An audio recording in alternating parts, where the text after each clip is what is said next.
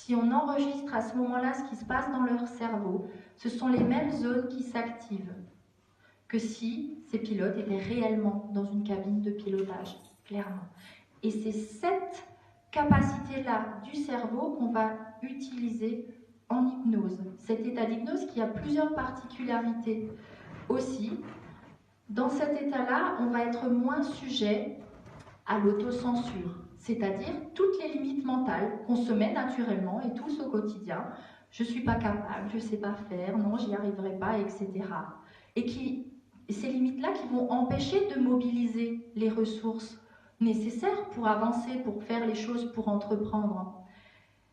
Et c'est ce qui va faire qu'on reste dans sa zone de confort. Vous savez, cet endroit-là où on est en sécurité, où on ne prend pas de risques, mais où on évolue pas ou très peu finalement. Et là, en hypnose, on va mettre cette autocensure un peu de côté, de manière à ouvrir d'autres possibilités. La personne va pouvoir entrevoir autre chose et remarquer que ce qu'elle croyait vrai sur ses capacités, finalement, elle est capable de le dépasser et d'agir en imagination. Et déjà, si elle imagine le faire, quelque part à l'intérieur, ça le crée, comme j'avais expliqué tout à l'heure. La troisième caractéristique intéressante de l'état d'hypnose va être que le cerveau va être plus malléable.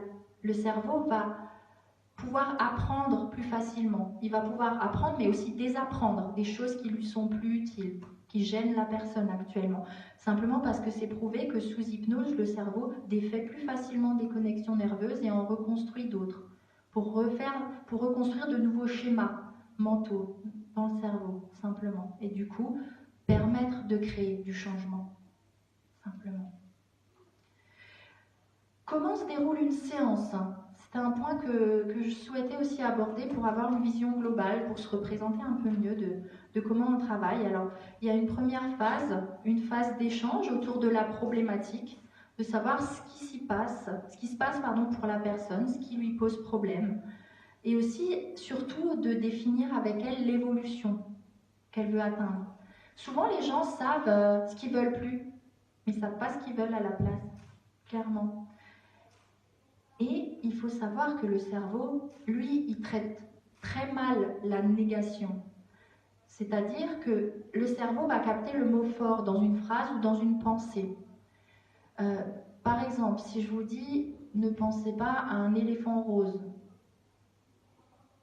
et ça y est, qui arrive, on y pense, mais on n'y pense plus. On arrive, c'est comme s'il vient et on arrive à couper le truc après, mais c'est trop tard, c'est tellement plus rapide, clairement. Ne pensez pas à quel coude appuie le plus sur le fauteuil. Trop tard. On est d'accord. Clairement. Donc là, l'idée, ça va être que la personne puisse verbaliser la direction dans laquelle elle veut aller. Et du coup, ça va lui permettre de se projeter déjà aussi, de donner un message au cerveau, de se conditionner déjà dans ce sens, d'imaginer et donc de créer déjà quelque chose à l'intérieur d'elle-même. Et on va vraiment orienter l'accompagnement vers la solution. C'est-à-dire, on ne va pas chercher pourquoi il y a le problème, explorer tout ça, le passé, etc. D'ailleurs, on ne veut pas savoir son histoire de vie, les événements qu'elle a vécus. Peut-être qu'elle a vécu des choses douloureuses, des choses lourdes, des traumatismes. Elle n'a sans doute pas envie de raconter, et ça serait peut-être même pas bon pour elle. Mais ça va être de partir de ce qui se passe là, aujourd'hui, et de voir comment elle veut évoluer et comment elle peut en sortir au jour d'aujourd'hui. Je prends souvent une métaphore intéressante, c'est dire ok, vous roulez en voiture, vous crevez un pneu. Soit vous pouvez sortir de la voiture, faire le tour pendant une demi-heure, aller chercher, se dire mince, qu'est-ce que c'était? C'était un clou, c'était un petit caillou, c'était un petit bout de bois pointu, c'était autre chose, un bout de verre, etc. Ou soit vous pouvez juste commencer à se dire ok, il y a eu ça, bon ben j'accepte le truc. Et de quoi j'ai besoin là pour avancer? Est-ce que je vais passer un coup de fil? Est-ce que je sais si j'ai une roue de secours? Est-ce que je me souviens comment la monter? Est-ce que j'ai un tuto sur YouTube pour savoir comment changer ma roue? Voilà. Et l'idée en hypnose, c'est ça. C'est vraiment, on va être dans cette deuxième démarche-là. Et on va chercher comment la personne fonctionne. Comment elle fonctionne aussi dans son problème. C'est-à-dire tous les mécanismes inconscients, justement, qui sont là derrière. Toutes les émotions qui sont derrière ce qu'elle nous apporte là, de manière à agir dessus et à les transformer. Donc c'est vraiment, ça nécessite vraiment cette implication. Quand quelqu'un nous appelle en disant « je vous envoie mon mari », etc., non, dites-lui d'appeler. Ça doit être une démarche très personnelle parce qu'on va bosser. Ça ne va pas être magique non plus. Donc là, je vous ai parlé de la première phase de la séance. Ensuite, il y aura l'entrée dans l'état d'hypnose où on va vraiment créer un cheminement personnalisé, un accompagnement verbal, en s'adaptant bien sûr à son fonctionnement, mais pour permettre à la personne de plonger progressivement dans son état d'hypnose, à son rythme. Elle va pouvoir bien sûr parler, se moucher, bouger, rire, hein, clairement. Hein. On reste en même temps présent et en même temps ailleurs. Et ça va permettre ensuite de faire un travail en lien avec le subconscient, comme je disais tout à l'heure, pour venir vraiment agir à la racine des émotions, à la racine des comportements. Et on se rend compte bien souvent que la personne, au plus profond d'elle-même, en fait, elle sait ce dont elle a besoin. Elle sait, clairement. Du coup, nous, on la guide dans la séance, mais quelque part, c'est elle qui nous guide. Toute la séance, elle part d'elle. C'est vraiment complètement personnalisé, il n'y a pas de protocole et on va aller là où la personne, non pas là où elle a envie d'aller, mais là où elle a besoin d'aller, si elle est prête à le faire à ce moment-là, bien sûr, clairement. Donc selon la problématique apportée, hein, pour rester très général, ce travail-là, il va permettre à la personne de poser, par exemple, de poser un autre regard sur quelque chose, de digérer quelque chose qui lui est arrivé, ou de faire un tri à l'intérieur, d'accepter certaines choses et de libérer d'autres choses. Parfois, ça va être un travail pour mettre des choses à distance, des choses qui l'apaisent, par exemple, ou de lui permettre de prendre du recul ou de la hauteur. Tout ça, c'est des métaphores et c'est la personne qui nous amène ça dans ses mots. Et on va utiliser ça pour construire le travail adapté pour elle ensuite, clairement. Une question qui revient assez souvent, c'est combien de séances il faut? Alors vous comprenez bien, après tout ce que je vous ai expliqué là, que c'est très très difficile de répondre à cette question précisément, parce qu'il y a tellement de choses différentes qui se jouent derrière ce que la personne amène. Ça va vraiment dépendre de la relation que la personne a avec cette problématique-là. Donc en moyenne, pour quand même donner un ordre d'idée, on dit entre 2 et 5 séances, simplement parce que dans un même travail, aussi, ça nécessite parfois plusieurs étapes dans cette réalisation-là.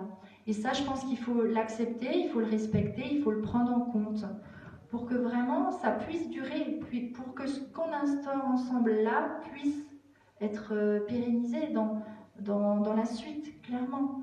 Donc on va vraiment construire ce travail-là, mais tout en proposant un accompagnement assez bref. On est dans le cadre d'une thérapie brève. On ne va pas voir les gens 10-15 fois, on ne va pas les suivre pendant 3 ans, ou alors on va les suivre ponctuellement et ils vont revenir pour autre chose plus tard, pour évoluer dans d'autres domaines, clairement. Alors bien sûr, j'aurais encore énormément de choses à dire, c'est toujours très plaisant de parler de sa passion, clairement, mais le temps ne va pas nous le permettre. Donc je vous invite à trouver peut-être plus d'infos. Il faut savoir qu'on a un site internet www.hypnose-sudalsace.com où vous aurez nombreux détails sur l'hypnose, sur notre approche, où on va vraiment présenter comment on travaille sur des problématiques, mais de manière spécifique. C'est illustré aussi avec des vidéos pour vraiment se faire une représentation de comment ça fonctionne.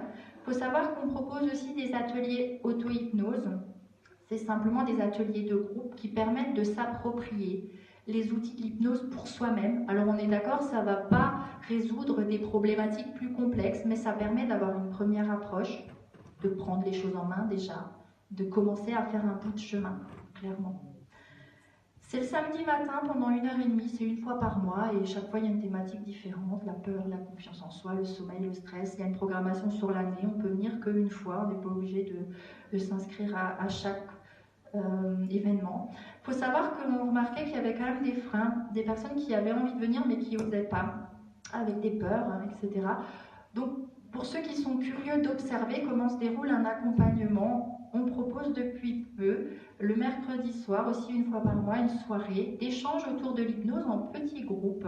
On va présenter comment on travaille, mais surtout on va permettre à des gens qui ont envie d'expérimenter, de vivre l'état à ce moment-là, bien sûr pas en travaillant sur une problématique complexe ou en rentrant dans l'intimité de la personne, c'est toujours dans ce respect-là, mais c'est vraiment d'aller explorer et de permettre aux gens, de permettre d'expliquer plus concrètement aux gens qui sont là comment ça fonctionne. Donc on accompagne, on explique, on accompagne, on explique, les gens peuvent poser des questions et remarquer et repérer comment ça se passe, parce que là ce que je vous amène c'est très théorique, parfois c'est mieux de se faire sa propre idée en observant ou même en le vivant.